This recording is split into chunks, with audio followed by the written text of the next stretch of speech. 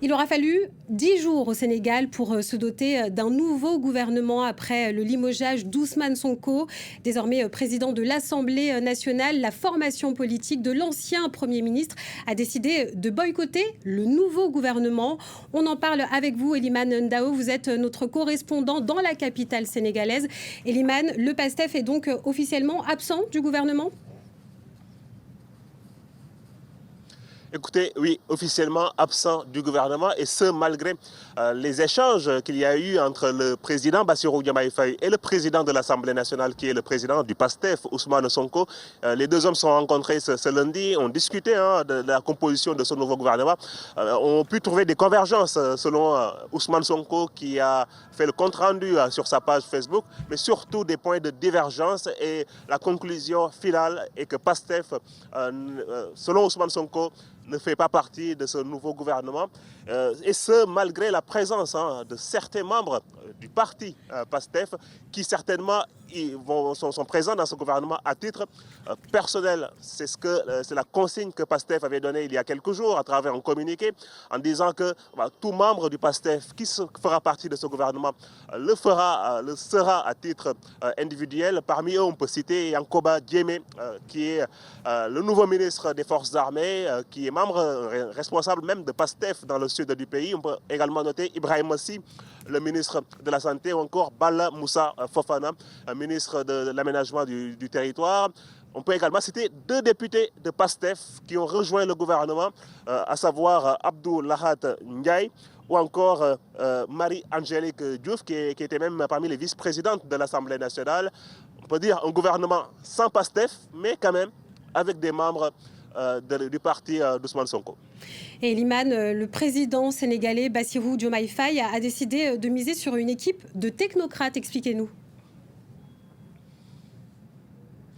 Une équipe de technocrates, dans un premier temps, on peut dire, avec quand même la présence du nouveau ministre de l'Agriculture ou encore le nouveau ministre de l'Environnement, qui sont des experts de leur domaine respectif. On peut également citer Maître Moussa Sarr, qui est le nouveau ministre de la Justice, un avocat très distingué au Sénégal, et un gouvernement aussi qui a un socle politique. Lorsqu'il a pris la parole ce lundi, le nouveau Premier ministre Ahmadou Al-Aminoulo a dit, je cite, c'est un gouvernement de prise en compte de notre désir et de désir du vivre ensemble dans la diversité territoriale et sociale, et qui fait place aux jeunes et aux femmes.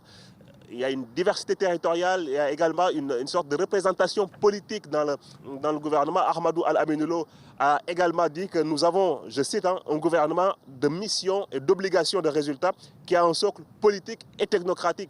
Bassirou Diomaye Faye s'est également appuyé sur ses alliés de la coalition Diomaye président, en renforçant même certains portefeuilles, à l'image de Abdourahmane Diouf, qui est le nouveau ministre de l'énergie et du pétrole, ou encore Serigne Gueye Diop, qui fait partie des responsables de la coalition présidentielle, Serigne Gueye Diop, ministre de l'Industrie. On peut également citer des alliés de cette coalition qui ont battu campagne avec Bassirou Diomaye Faye, à savoir Déthié Fall, qui était quand même pourtant proche d'Ousmane Sonko, ou encore plus surprenant, Cheikh Tidiane Dièye, qui est également un proche d'Ousmane Sonko, qui a été reconduit dans le gouvernement, donc un gouvernement qui a ces deux socles, d'abord technocrate, mais également politique, parce que Bassirou Diomaye Faye aura certainement besoin d'avoir des résultats au plan politique lors des prochaines élections municipales en 2027.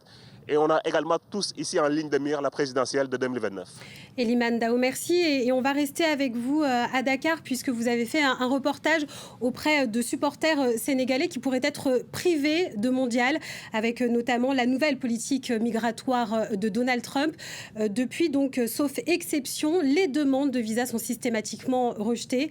Certains donc pourraient ne pas se rendre au mondial. Même 6 membres du comité exécutif de la Fédération sénégalaise de football se sont vus refuser une entrée aux États-Unis. On regarde ce reportage de ce que vous avez réalisé donc à Dakar. Merci Elimane. Le 12e Gaïndé veut garder espoir.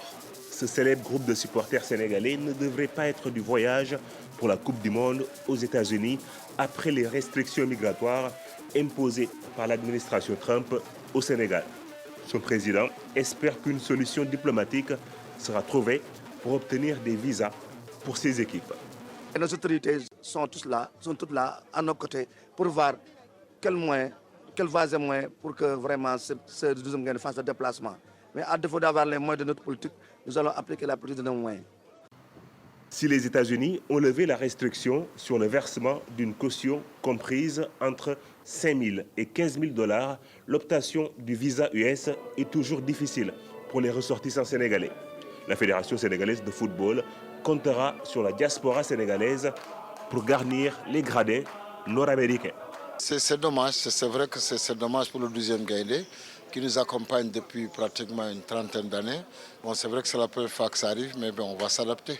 Les Sénégalais qui sont aux États-Unis sont pressés que l'équipe arrive pour qu'ils les supportent et je pense qu'ils seront à la hauteur.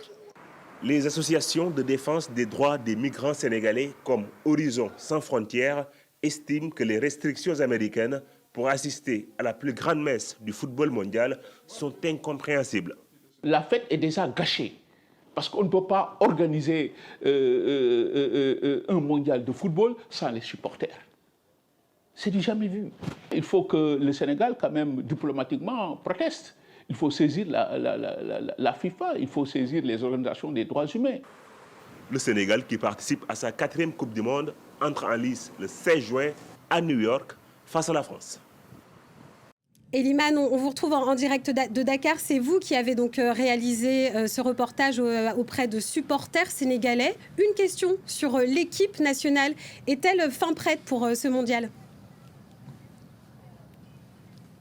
Écoutez, oui, l'équipe nationale du Sénégal est prête, avec ou sans les supporters sénégalais qui devraient ne pas faire partie du voyage depuis Dakar, mais sera certainement avec les supporters de la diaspora. On l'a vu ce week-end, ce dimanche, lors du match amical face aux États-Unis, une présence remarquée de supporters sénégalais de la diaspora, des supporters qui vivent aux États-Unis.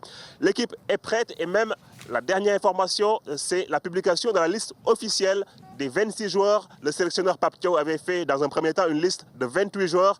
2 joueurs ont donc été écartés.